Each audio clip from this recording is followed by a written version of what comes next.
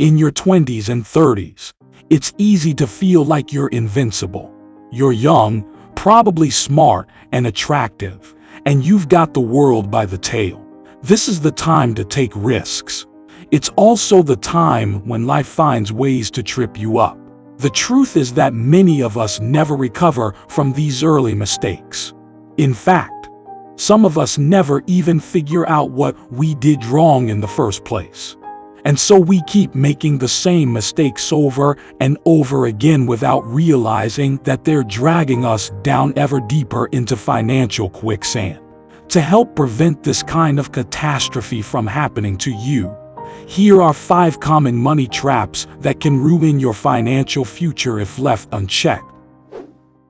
Buying a house is a big decision. It's also a huge financial commitment. Before you buy your first house, it's important to consider the following: your lifestyle. If you don't have children or plan on having them in the near future, it might not make sense to buy a house that has enough space to accommodate them. You might be better off renting instead of taking on mortgage payments every month. Your future plans and goals. If you aren't sure what direction your career will take in 5 years, or if it's likely that you'll relocate for work at some point in the next few years, then buying property may not be for you unless there's absolutely no chance that this will happen. Your financial situation at this moment and where it's headed. If saving up for retirement is your top priority right now, and building up an emergency fund is also high on that list, then saving up enough money to put down 20% or more on a home purchase may not be feasible until later down the road when things are more settled financially. Many people have concerns about using credit cards, but they can be useful tools to build your credit history. If used properly, they can help you get lower interest rates on mortgages and car loans. You just need to make sure you're using them wisely for that to work.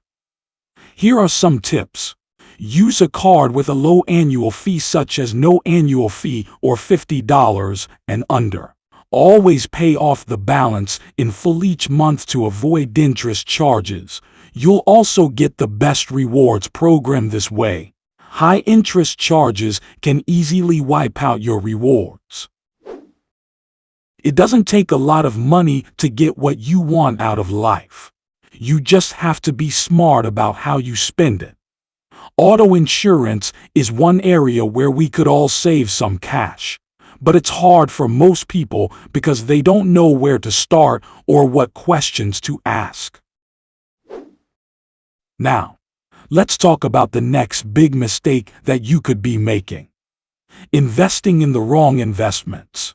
Investing is a great way to grow money over time and build wealth, but it requires a lot of research and knowledge. The first step is understanding what investing is. Investing involves buying something that will make more money than it costs so you can sell it later for more than what you paid for it. It's not as complicated as it sounds, but there are still many factors to consider when picking an investment vehicle. First, we want to invest where our money will work hard toward growing another dollar into more dollars. That means we want our investment vehicles to appreciate in value over time, so that our initial investment becomes worth more than the amount we originally invested, plus any dividends reinvested along the way, if applicable. If things aren't working out like this for whatever reason, you're constantly losing money or just not seeing enough growth, then we need to rethink what investments might work better for us personally based on our goals and circumstances in life at this point in time before making changes again down the road if necessary down further road. You might be tired of hearing about the importance of diversifying your portfolio, but it's one of the most important things you can do to protect yourself against market downturns. When you're ready to sell an investment, Make sure it's because you've determined that its value has declined enough that it doesn't make financial sense to keep holding on. Here are some signs. The company just announced terrible news, such as layoffs or exposure to a major environmental or legal risk.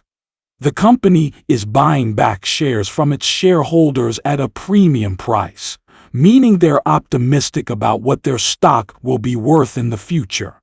The company is paying dividends, but these are less than 2% interest rates for most bonds these days.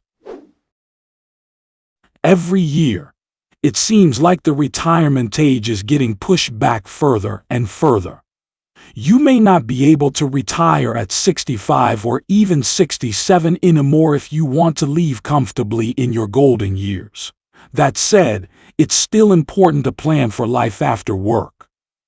If you don't, who will? The average American worker spends more than 40 hours a week just working, and only about 20% of people have a budget for their time outside of work, not including leisure time. So what should you do? The first step is determining how much money you'll need on a monthly basis when retirement comes around. $3,000? $5,000? More than that. Once you have an idea of your desired budget and lifestyle needs during retirement, and these numbers will likely increase over time, you can start putting away some cash now so those dreams become reality later on down the road. It might sound scary at first, but not having savings when they're needed most only leads to bigger problems down the line. These financial traps are easy to fall into, but it's important that you don't. By avoiding them, you can help ensure your financial well-being and security.